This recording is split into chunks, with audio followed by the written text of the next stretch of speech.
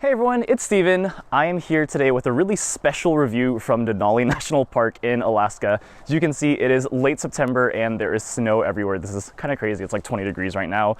I have a trusty 2021 Toyota Highlander XLE all-wheel drive here. Of course, all-wheel drive given the conditions that we're driving in here.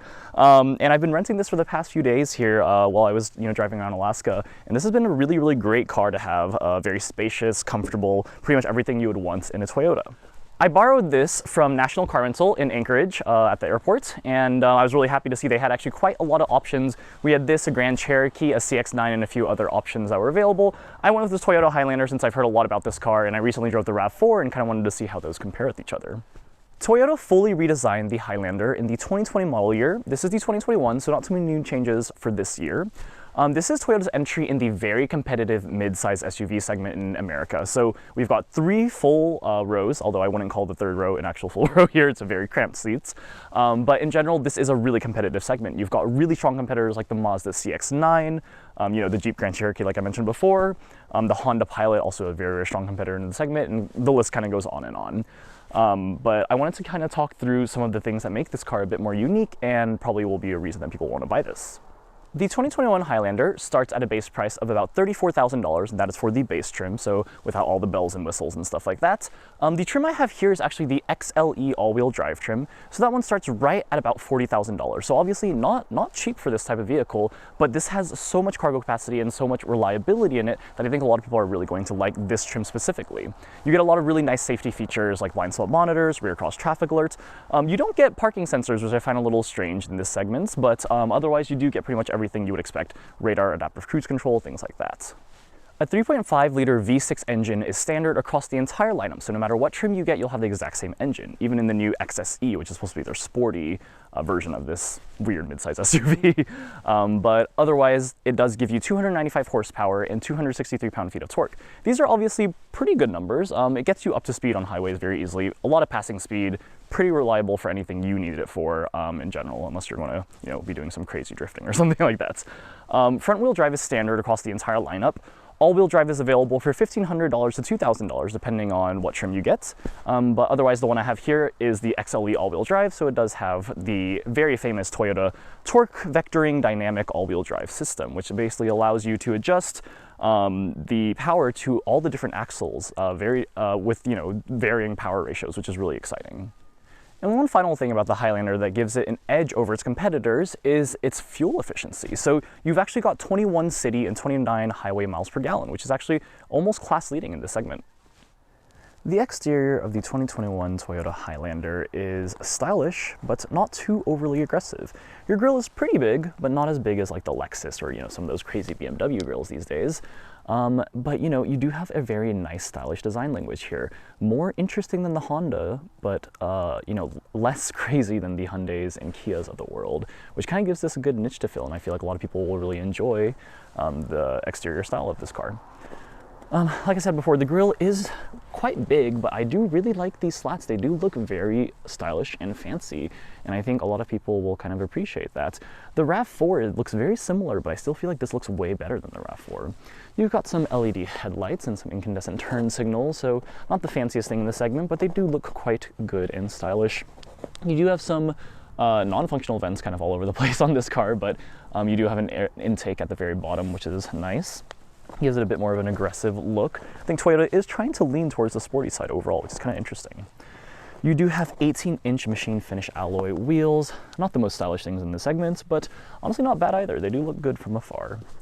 The color I have here is midnight black metallic, so kind of like most rental cars you'd expect. It's really not the most exciting thing, but you generally will just get black or white. This one is black with a black interior as well. Moving on to the rear of this car, I really love these taillights. I love the design and how they go over and kind of start going onto the side of the car. I think that looks really sleek, and I love the design there. The RAV4 doesn't do that, right? And I feel like this is a huge thing that makes the Highlander look a lot better than the RAV4. I also do really like this font they use for the Highlander trim badge. It's very, I don't know, luxurious looking, I feel. I will say that I really like the previous Highlander, how they kind of spelled out the word Highlander in the back. And it's kind of interesting because almost every car, right, the Nissan Rogue, oh, actually all the Nissan products across their redesigned lineup, but you know, Kia Telluride, Hyundai Palisade, everyone now spells out their, you know, the model in the back with, you know, big fancy letters. And I find it interesting that the Highlander kind of went backwards because the old Highlander spelled it out, but now this model doesn't. So kind of an interesting tidbit there. Again, I am kind of upset with not having rear parking sensors here. I find that kind of strange in a vehicle at this price point, and especially because this is, you know, mid-level trim. Going into the trunk, with the third row seats up, you've got about 16 cubic feet of cargo space. That's not bad, but honestly, not too nice. And honestly, these third row seats are not the most usable. So I would recommend keeping them down. It is very easy to operate these. You've got some nice latches and stuff like that. No power controls, but who would expect power controls in a Toyota? When you put those down, you do get 48.4 cubic feet of space, which is really large, very ample for me and my 3 friends, so 4 of us in total, having luggage for a week-long trip in Alaska. All right, let's take a look at the interior of this mid-size SUV. You can see immediately that it looks pretty good. You have leather pretty much all over the place. You do have leather upholstery in the XLE trim, so you can kind of see the door panels have some nice leather trim. You've got some nice contrast stitching. Looks quite good, and you know, overall the cabin does have a very upscale appearance. One thing I really like is when you start the car up, you get this cool little Highlander kind of zooming into view. I think that looks really luxurious. I feel like all cars need to do something like that. Speaking of the screen right here, this is the 7-inch digital gauge cluster that only comes on the XLE and higher trims. The lower trims unfortunately get a very, very small digital gauge cluster. Unfortunately, I still wish that Toyota would get on the fully digital gauge cluster game because I feel like they really need to at this point. You can see it is a very cold 25 degrees outside right now. Again, otherwise the interior looks quite good, right? You've got an 8-inch touchscreen. You do have an optional 12.3-inch touchscreen that you can upgrade to in the higher trims. Looks very, very slick. This is the exact same one that was in the RAV4. Not too impressive, and overall I still really don't like these buttons. I feel like it, you know, they're very functional, but I still feel like overall, like, I feel like they don't look too good, honestly. There's just so much space here that you can really use, and right now all it does is, it really is just a fingerprint magnet. Otherwise, you do have hard controls for all of your HVAC stuff, which is nice, and I think people will like that a lot. You do have a lot of really interesting storage spaces, right? So like this is kind of an interesting storage space where I have a sunglass, you know, case here. You also do have an actual sunglass compartment up here, which is kind of nice. But otherwise, you know, you also have storage here for the passenger, which is kind of cool. And yeah, it's quite a practical car. You really do have a lot of storage space, and I like that a lot. You have this area here too. And the center console here is really interesting because it opens up for your wireless charger. This works very, very nicely, and you do have a lot of storage in here. This is very, very deep. You can put a lot of stuff in there. Otherwise, in general, you do have a wide variety of drive modes, and you know, you've got sport, normal, eco, but you've also got your different snow modes, hill assist, things like that. Of course, mud and sand, rock and dirt, and normal. So you really have quite the variety. This car is really meant to be an all-purpose car, right? It's comfortable, luxurious, but you can also do or take it wherever you want. Moving on to the steering wheel, this is leather wrapped, feels really good. I like the steering wheel a lot. It is very comfortable. I think that was a very, that's a big highlight of this vehicle in general.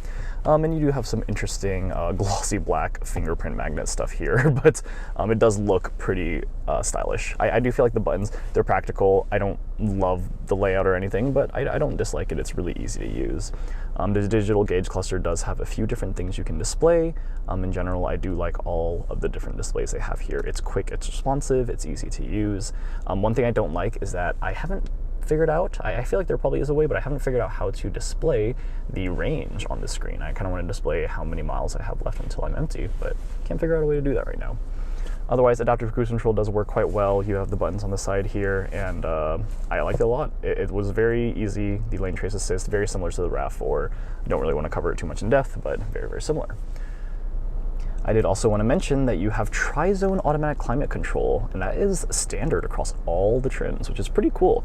So the rear passengers have their own climate vents, and then the front passenger also has their own controls, which is pretty exciting. It gets a little complicated to figure out how all this stuff works, but once you figure it out, it's actually pretty cool how much variety you can have here. In general, the seats themselves do feel nice and supportive. They're leather, nothing too exciting, but you know, they are comfortable. We've been driving a lot. As you can imagine, Alaska is a very large state. Driving to Denali from Anchorage is a 4.5-hour drive, and these seats kept me pretty comfortable throughout the entire thing. Moving on to the rear seats here, you can kind of see they're also very well appointed. I love the captain's chair configuration. I really think unless you need the bench row in the second row, you should definitely be using the captain's chair configurations. You've got some nice armrests, and you know, I feel like that's something that my passengers definitely enjoyed, having an armrest.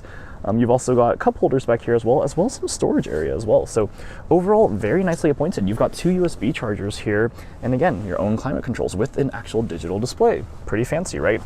You have really great legroom here. This is with my front driver's seat moved all the way back, right, for filming purposes, but I have so much space. It's actually kind of absurd. And you know, definitely the passengers do like that a lot. You do have rear sunshades. This comes as part of the XLE trim. Pretty nice, although I think for us, we definitely want to take a look at the gorgeous surroundings here. Unfortunately, a full pano sunroof is not standard here. That has to be on the higher trims like the Platinum and stuff like that. Kind of unfortunate about that, because this would have been a great trip to have a full pano sunroof on. But otherwise, you do have really good visibility in general. You know, I feel like the passengers really enjoy how much space they have and how much visibility they have. I am not going to get in the third row seats. As you can see, they are very, very small and cramped, and kind of getting in there would be a pain, but otherwise they do look pretty good, and they are supportive from, you know, when I've tried them in the past. But I really wouldn't advise putting anything there aside from maybe kids and, you know, other small things. All right, and moving back to the front of the car to kind of cover the rest of the tech in this car. I don't think Toyota's too known for their tech, honestly. I think they're definitely trying to improve it over the years, and they definitely have. But otherwise, I think my main gripe with this infotainment screen is that it just looks a little old-fashioned, right? I feel like the buttons on the side, they're good, but they are old-fashioned. And like, just looking at this doesn't make you feel like you're in a nice car, honestly, right? I don't think anyone would think so. But it is responsive, right? It's not the most responsive thing in the world, but like, you definitely don't feel like it's lagging too much.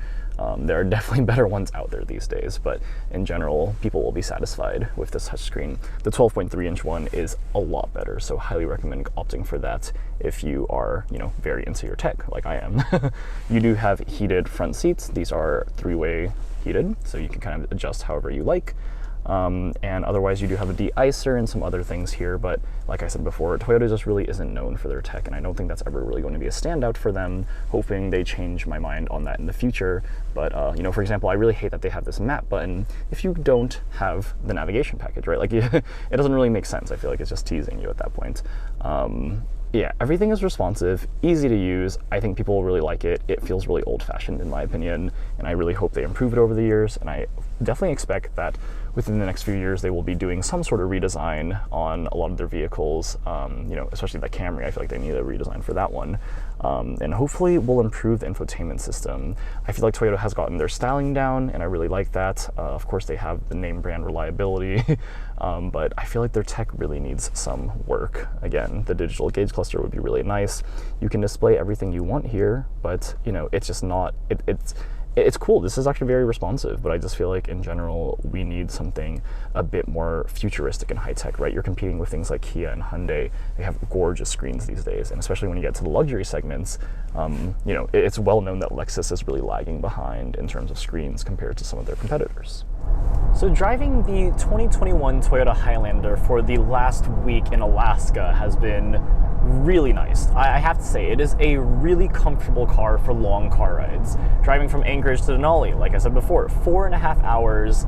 I mean, gorgeous scenery. I'm hoping you guys can see some of this in the background. I'm still in Denali right now, and it is, I mean, kind of undescribable, but I just, you know, the surroundings are so gorgeous. But anyways, driving is very comfortable. I feel like Toyota has done such a good job. Way more quiet and refined than the RAV4. I feel like the RAV4 felt like, you know, something more run-of-the-mill. Whereas the Highlander, especially at the $40,000 price point for the XLE all-wheel drive, is really getting to the point where I would expect it to feel more like a luxury car, and it really hits the mark, which I was really impressed by. The acceleration is strong. That V6, you know, even the engine sound is actually kind of cool. Like,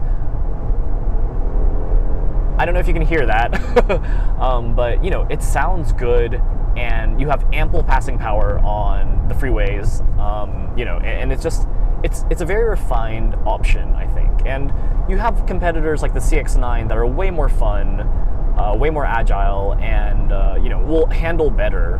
But I do think the Highlander edges it out in terms of overall comfort. The tech, of course, the Mazda wins, right? But you know, when it really comes down to it, the Highlander really is just such a great, comfortable cruiser. And I will think that you know, people will be surprised by the amount of power the Highlander provides. And overall, I really think this is a great option for people who want something just reliable, comfortable, and you know, semi-luxurious, right? The car looks good. It doesn't stand out in a crowd, but it looks good. And you know, it's a Toyota. It's going to be reliable forever. You can keep this car for 20 plus years, right? And that engine, the 8-speed automatic transmission, it is going to be reliable, and I think people really like that. The fuel efficiency too. I feel like the fuel economy on this car is a standout, I think, and you know, it's definitely something that a lot of people will really enjoy. You hear that beeping, that is the lane keep assist that is standard on this car. It's a little too sensitive for my liking. Sometimes, you know, when I'm trying to make sure I'm not going to fall off the edge of some of these windy, curvy roads here, it does beep at me a lot, but I mean, it does a good job, and the tech is pretty safe, I feel, in this car. You have all the standard safety features that you'd like, and overall the car just works. It's one of those things where it comes out of the box, you don't have to think about it too hard. You like the appearance of the car, you know Toyota's a good name brand, you just buy it, and you're going to be happy with it. I think there are very few people who are going to buy this car and feel like they did not make a good purchase. So overall, I really don't have that many gripes with this car. I feel like, you know, every other car I can name those things that I really don't like. And I mean, with this car, there's a few nitpicky things, right? Like, I'd love a pano sunroof. Honestly, is that just because I'm in Alaska? Maybe. But with this car, I feel like my only gripe is the tech. I feel like the infotainment screen specifically could use an upgrade. And of course, that's the same thing with the RAV4. But otherwise, this car is just such a solid all-around package. It's hard to really fault it for anything, you know, and I still do think the CX-9 is probably the best entry in the segment, but even then, I totally understand why someone would choose the Highlander over the CX-9. Maybe you prefer the Highlander's looks, the fuel economy, the space, and you don't care too much about the handling. You want something that's more comfortable and luxurious. That's an easy choice. Choose the Highlander. And I do think that with the $40,000 price tag on the XLE all-wheel drive trim, some people can be deterred by that. But honestly, it's not that ridiculous in this segment, right? You have things like the Honda Pilot, the CX-9, obviously, the Telluride, the Palisade. Those are very, very stiff competition, I think. And if you're looking for the more luxurious side of things, definitely go for those. And they also are way more flashy than the Highlander. But, you know, overall, like, this is a strong entry in the segment, and I think once Toyota ups their infotainment system game, I think this car will be probably one of the best. I think personally for me, I've just driven so many of the midsize SUVs at this point, you know, both standard economy cars and luxury vehicles, and I feel like they continue to blow me away. That's the thing though, there is a lot of stiff competition here. Every single car I get in these days, I'm just like, wow, the tech, the feel, this steering wheel feels great. It's so comfortable. There's very minimal wind noise, and you know, the ride quality is generally quite nice. It's not going to be the smoothest thing, you know, and like, you can't expect that from a Toyota, honestly. But this is way smoother and way more quiet and refined than the RAV4 was. So that's pretty much all I wanted to talk about, guys. You can see the gorgeous surroundings. I can't get enough of this view. If you want to see more content like this and you know, check out my other videos, you can see my other videos up here and subscribe down here. All right, thank you so much, everyone. I'll see you guys in the next video.